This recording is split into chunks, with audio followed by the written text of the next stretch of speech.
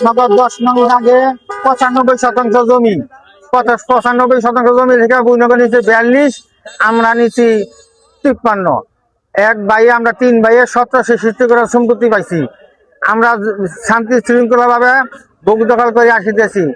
তা আমার ছোট ভাই 9 শতাংশ টাকা বিক্রি করছে। বিক্রি করার পরে ওই লোকটা কি করছে, এই আমার জমি উপর দিয়া খোলামেলা ছিল, এখনো খোলামেলা আছে, আমি ঘর বাড়ি করি নাই। ওই আমার জায়গার উপর গেছে আইছে, ইট বালু থুইছে, হ্যাঁ, নিয়ে কাজকর্ম করছে। তো আমার একবার কইছে যে আমি তো বাউন্ডারি করে চারির মধ্যে বাউন্ডারি করে জমি নিয়ে গেছি গা, তো ভাই আমার যদি একটু জায়গা দিতেন, আমরা ইট বালু থুইয়া কাজকর্ম করতাম। তা আমি বলি তাহলে কি করবেন, কয় ভাই এখন একটু ভাঙ্গে নেই। তো একটা ভাঙ্গে একটা গেট লাগাইছে, তখন ইট বালু দিয়ে ঘর বাড়ি কাজকর্ম করছে, তখন আর এই গেট আর খোলে নাই। পরে আমি কাজকর্ম করবো, আমি তো অনেক কাজকর্ম করে আমার জায়গা তো আমি কাজকর্ম করবোই, তো করবো এই কথা ই করে আমি করছি। পরে হ্যাঁ আমার বাধা দেয়, নানান বাধা দেয়। ওই নুর ইসলাম, ওই সাইফুল, ওই যে মাহাতাব ওই যে সন্ত্রাস, সন্ত্রাসী করে জমি দস্যু।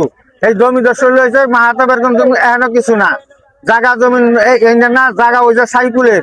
ওই মাহাতাব এখনো মাতবরি করে, এই এখনো ই করে, ওই যে চাঁদাবাজি করে। মামলা করেছিলেন?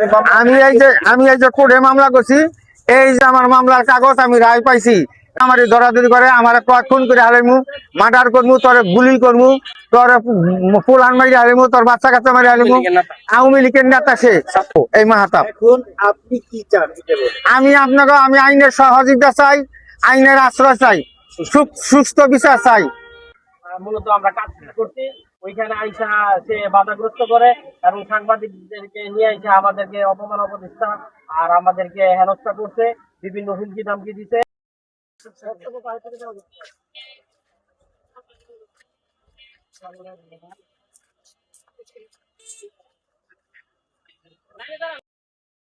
সমস্যা নাই, আমরা তো কোনো কিছু করতেছি না।